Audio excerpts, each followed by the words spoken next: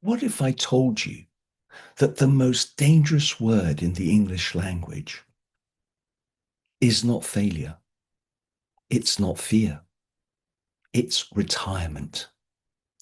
Because retirement doesn't just end our career, it ends our identity. How do I know this? Because it took me 9 years to discover it. For over 40 years, I had an identity. I was a businessman, I was a marketer, author, and speaker. Then one day, that identity stopped. Not with a bang, but with a whimper. No one needs you anymore. No one wants you anymore. Does that ring a bell? And suddenly I wasn't who I had been, but I had no idea who I was becoming. Now, that space between who you were and who you're going to be is one of the most dangerous places in life. Because if you don't consciously step into it, you slowly disappear inside it. That was my crisis. I semi-retired at 52 after a near-death experience and slowly drifted into oblivion for 9 years. And it became the beginning of something unexpected. Out of that darkness came the first insight that changes everything. You see, not all crises are endings. Some are invitations. For me, it was going to a 30-day silent retreat. This retreat became the foundation of my first book, Spirits of Gratitude, Crises Are Opportunities.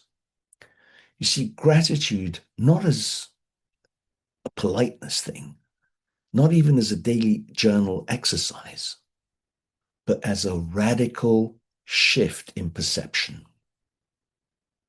Instead of asking, why is this happening to me?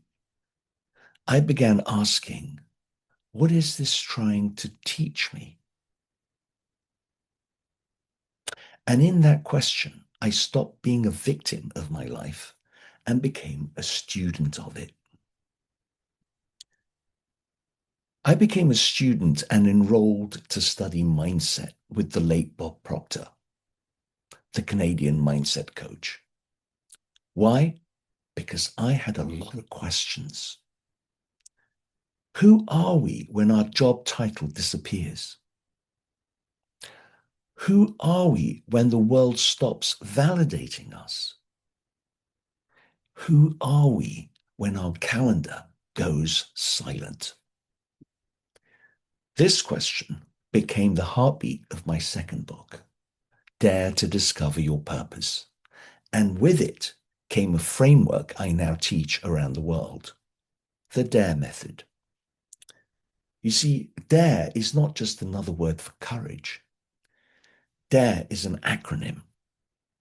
The letter D stands for discover that your life is not over yet. The A stands for awaken to a growth mindset. The R is to reimagine a future that excites you. And the E is to engage with life with significance. Because you see, purpose is not something you find, it's something you create. And then something extraordinary happened. I was advising my clients to travel with intention in order to open their minds, to change their perspectives. But I had not walked my talk. So in 2024, after 6 months of planning, I went on an epic odyssey around the world in 80 days. Not to escape it, but to rediscover it. This became my third book, Odyssey of an Elder. And what I discovered was this. We don't stop exploring because we grow old. We grow old because we stop exploring. In every country, in every conversation, and in every moment of uncertainty, I felt something return to me. Aliveness, curiosity, wonder. And I realized life was not behind me. It was waiting for me.